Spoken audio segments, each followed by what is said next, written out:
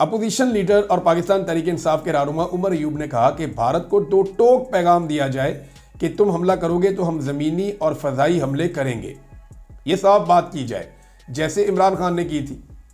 इमरान खान ने लॉजिकल बात की थी कि आप शवाहिद पेश करें, हमारे साथ इंडिपेंडेंट इंक्वायरी में आए, हमें पता चले जो आप हम पे इल्ज़ाम लगा रहे हैं वो दुरुस्त है या गलत है। लेकिन साथ ही इमरान खान ने कहा कि अगर तुम पाकिस्तान की सरजमीन पे आओगे तो हम रिटेलिएट करने का नहीं सोचेंगे, हम रिटेलिएट कर देंगे। जब आप इधर आओगे तो हम उधर आएंगे। इमरान खान साहब ने बड़े खुलकर स्टेटमेंट दिए थे। अब उमर अयूब साहब ने कहा कि कठपुतली हुकूमत की तो कांपें टांग गई हैं, टांगे कांप रही हैं, डर रहे हैं। शहबाज शरीफ कहते हैं कि तहकीकात करवाई जाए। ये तो हथियार डालने के मुतरादिफ है। वो एक बुज़दिल वज़ीर आज़म है।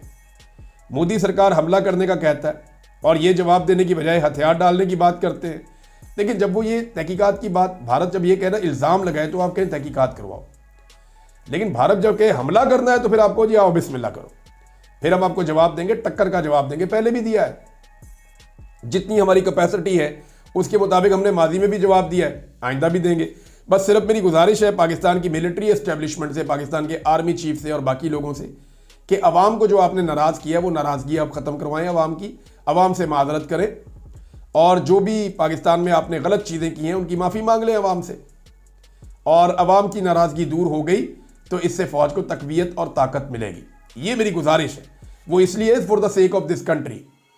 वैसे मुझे कोई शौक नहीं है इनसे माफ़ी मंगवाने का। अवाम एक दिन इन्हें शिकस्त दे देगी, मिलिट्री एस्टेब्लिशमेंट को, ये मैं जानता हूँ।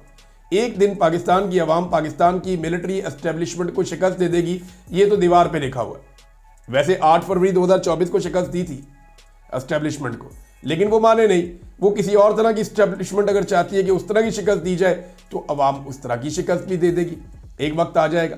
लेकिन इस वक्त क्योंकि अवाम की सपोर्ट की ज़रूरत है, पाकिस्तान की फोर्सेस को, एक आम हमारे सिपाही को, एक लड़ने वाले जांबाज को, तो उसके लिए जो है वो फिर माफ़ी मांग ले, मेरा मशवरा है। और अवाम को मनाए और अवाम से कहें कि गलती हो गई, ताकि जो है वो सपोर्ट मिल जाए। अब नाजरीन, मोदी सरकार बुखलाहट का शिकार 16 यूट्यूब चैनल्स पर पाबंदी आयद कर दी। ये पाकिस्तान के टीवी चैनल चला रहे हैं, वो यूट्यूब चैनल है पाकिस्तान के, उनको बंद किया है। 16 का पहले रिपोर्ट हुआ, फिर कुछ और भी रिपोर्ट हुए, तो वो लगातार बंद करते चले जा रहे हैं। क्योंकि पाकिस्तान के अंदर जो मीडिया है वो भारत में बंद किया जा रहा है, भारत का जो मीडिया है वो पाकिस्तान में बैन किया जाता है। ये पुराना एक सिलसिला चल रहा है। लेकिन एक बड़ी इंटरेस्टिंग जो बात है वो ये है कि बौखलाहट का शिकार, अगर तो यूट्यूब चैनल्स को बंद करना, सोशल मीडिया को ब्लॉक करना, इसका मतलब है बौखलाहट का शिकार होना है, तो भारत तो बौखलाहट का शिकार हुआ अभी 24 घंटे पहले। पाकिस्तान तो जो रियासत है पाकिस्तान की, या इदारे हैं, हुकूमत है, वो तो गुज़िश्ता 3 साल से बौखलाहट का शिकार है। पाकिस्तान में लगातार सोशल मीडिया पे क्रैकडाउन किया जा रहा है, पाकिस्तान में लगातार सोशल मीडिया को ब्लॉक किया जा रहा है। फायरवॉल लगाकर अरबों रुपए खर्च करके पाकिस्तान में लोगों को रोकने की, उनकी आवाज़ को दबाने की कोशिश की गई है। और इसके अलावा एक बड़ी एप्लीकेशन है ट्विटर, उसको पाकिस्तान में बाकायदा ब्लॉक कर दिया गया है। और मज़े की बात आप ये देखें कि पाकिस्तान में ट्विटर ब्लॉक है, उस पर VPN लगा के ये खबर दी जा रही है कि जनाब भारत ने घबरा के कुछ यूट्यूब चैनल जो है वो ब्लॉक कर दिए हैं। अंदाज़ा कीजिए आप, खुद सोशल मीडिया ब्लॉक करके VPN लगा के हम ये बताते हैं कि भारत ने सोशल मीडिया ब्लॉक कर दिया है। ये है जनाब हकीकत। तो अपने खिलाफ बात कोई भी नहीं सुन सकता, कोई भी बर्दाश्त नहीं करता, चाहे वो भारत हो चाहे वो पाकिस्तान हो। भारत ने तो पाकिस्तान के चैनल बंद किए हैं, पाकिस्तान ने पाकिस्तानियों के ही चैनल बंद कर दिए और उन्हीं के ऊपर फायरवॉल्स लगा दिए। मेरे यूट्यूब चैनल को देखने के लिए लोग पाकिस्तान में VPN यूज़ करते हैं, उसके बगैर देख ही नहीं सकते। अब जितने लोग VPN यूज़ करते हैं उतने ही देखेंगे ना, उनसे ज़्यादा तो नहीं देख सकते। तो ये सिलसिला चल रहा है जनाब। और हमने रोला डाला हुआ है कि जनाब भारत ने बंद कर दिए, तो हमने खुद क्या किया? हमने खुद भी वही काम किया है। अब नाजरीन, एक और ख़बर है, वो शरीफ ख़ानदान ने तो जवाब देना नहीं है, तो किसी को तो जवाब देना पड़ेगा। तो पाकिस्तान तहरीक इंसाफ की क़यादत ने जवाब देना शुरू किया है इंडिया को, और तगड़ा जवाब दिया है। यानी कुछ नून लीग के लोग भी जवाब दे रहे हैं, लेकिन शरीफ ख़ानदान जवाब नहीं दे रहा। और उसकी एक वजह जो है शहजाद अकबर साहब ने कल बताई कि मरीम नवाज़ साहिबा जो हैं, या नवाज शरीफ साहब जो है, ये नवाज शरीफ साहब को इस्तेमाल किया जा रहा है एस्टेब्लिशमेंट की जानिब से कि वो मोदी से कोई बातचीत करके जंग को रुकवाएं और अपने ज़ाती ताल्लुकात को इस्तेमाल करें। अब आलिया हमजा साहबा कहती है कि मैं अर्दली हुकूमत को कहूँगी कि सिर्फ ये सोचकर इंडिया को जवाब दे दें कि सामने पीटीआई के कारकुन खड़े हैं। चलो इंडिया को जवाब नहीं दिया जाता तो एक लम्हे के लिए सोचें कि ये पीटीआई है, क्योंकि पीटीआई को तो आप सारे जवाब देने के लिए आ जाते हैं, तो इंडिया को क्यों नहीं आप जवाब दे रहे? तो शरीफ खानदान को गैरत दिलाने की उन्होंने कोशिश की है। लेकिन कुछ बोलें तो सही, आपके सरहदों पर जाने का वक्त आ गया है, हमसे लड़ना छोड़ें, हमें गिरफ्तार करना छोड़ें, ये उन्होंने कहा। और अंदरूनी लड़ाई उन्होंने कहा बाद में होती रहेगी, यानी इस वक्त फौज के सरहदों पे जाने का वक्त आ गया है और फौज पीटीआई से लड़ना छोड़ दे, हमें गिरफ्तार करना छोड़ दे, अंदरूनी लड़ाई बाद में होती रहेगी। लेकिन किसी को कुछ समझ नहीं आ रही और अभी भी जो निशाना है वो इमरान खान और उसकी पॉलिटिकल पार्टी है। यानी सनम जावेद साहिबा को गिरफ्तार कर लिया गया, उनके शौहर को भी गिरफ्तार कर लिया गया जेल के बाहर से।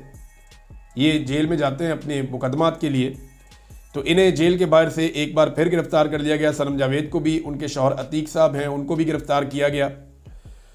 और पहले उनकी बहन ने ये कहा कि नामालूम अफराद ले गए उन्हें, बाद में मालूम हुआ जनाब कि उनको एक मुकदमे में डाल दिया गया। और फिर पता चला कि जी 8 फरवरी 2025 को जो धांधली का 1 साल मुकम्मल हुआ, तो जो एहतजाज किया गया था लाहौर में पाकिस्तान तहरीक इंसाफ की जानिब से, उस एहतजाज में शिरकत पर सनम जावेद को गिरफ्तार किया गया है। इस पे दीगर लोगों का नाम भी है। अब आप ये देखें नाजरीन कि एक सियासी वर्कर क्या पुरअमन एहतजाज भी नहीं कर सकता? इस मुल्क में वो जुर्म है। यानी एक खातून को दिन दिहाड़े आप सड़क से उसके शॉवर समेत आप उठा लेते हैं और उस पर एक मुकदमा डाल देते हैं कि जनाब इन्होंने ये एहतजाज किया, हमने इन्हें गिरफ्तार कर लिया। पहले आप FIR छुपा लेते हैं, बाद में अचानक मंजरेआम पे लाते हैं, जनाब इसमें हमने गिरफ्तार कर लिया है। भाई एक पुरअमन रैली थी, किसी को कोई नुकसान नहीं हुआ, कहते नहीं रास्ता बंद हो गया था, लोगों को तकलीफ हुई है, तो हमने जनाब इनको अब गिरफ्तार कर लिया है। अब उन्हें निशाने इबरत बनाने की कोशिश की जाएगी, जैसा इनका तरीकाकार है। तो सनम जावेद का मामला क्या है ये मैं आपको बता देता हूं। देखिए, जैसे यास्मीन राशिद छेड़ बन गई हैं मियां नवाज शरीफ की, और सारे लोग मियां नवाज शरीफ साहब को चिढ़ाते हैं यास्मीन राशिद का चेहरा दिखा के कि आपको इस खातून ने मियां साहब लीरो लीड कर दिया है, आपको बदतरीन शिकस्त दी है कैंसर की एक पेशेंट ने। और मियां साहब गुस्से में फिर यास्मीन राशिद साहबा को जेल में रखे हुए हैं, उन्हें बाहर नहीं आने देते। मियां साहब की शर्त है कि ये औरत बाहर आएगी तो मुझे तो मेरे कपड़े उतार देगी चौक में, मेरा तो ये हालत कर देगी कि जनाब मैं इलेक्शन ही नहीं जीता इससे, और पूरा हल्का इसके साथ खड़ा हुआ है। तो मियां साहब का ख्वाबो ख्याल में भी अब वो यास्मीन राशिद को शिकस्त नहीं दे सकते। आप आज इलेक्शन करवा लें। और यास्मीन राशिद ने एक बड़े लंबे मार्जिन से 60,000 से ज़्यादा की लीड से नवाज शरीफ साहब को हराया था।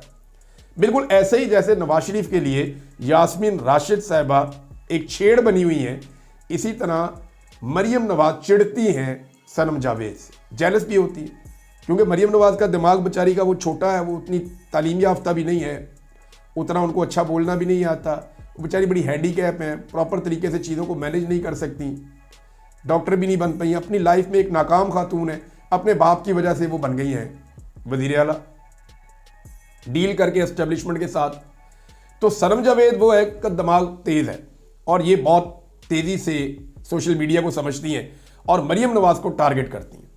अब लोग कंपैरिजन करते हैं मरियम नवाज का और सनम जावेद का, तो सनम जावेद ने मरियम नवाज को हर जगह नाको चने चबवाए हैं। आप पूरे पंजाब में कहीं पे भी सनम जावेद का मरियम नवाज से मुकाबला करवा लें तो मरियम नवाज के लिए इलेक्शन जीतना मुश्किल हो जाएगा। आजकल के हालात की मैं बात कर रहा हूँ, मुझे नहीं पता कल क्या होगा, लेकिन क्योंकि ये बड़ी तल्ख है, बड़ी सख्त बातें कर जाती हैं एस्टेब्लिशमेंट के बारे में भी, मरियम नवाज के बारे में भी, लेकिन कोई ऐसी बात इन्होंने नहीं की मेरे ख्याल में, मैं इनको सुन रहा था, बल्कि मैंने निकाल के इनकी कुछ चीज़ें सुनी जिन पे लोग कह रहे तनाज़ा बना है, तो उसमें कोई ऐसी चीज़ नहीं है कि आप अदालत से सज़ा दिलवा सके।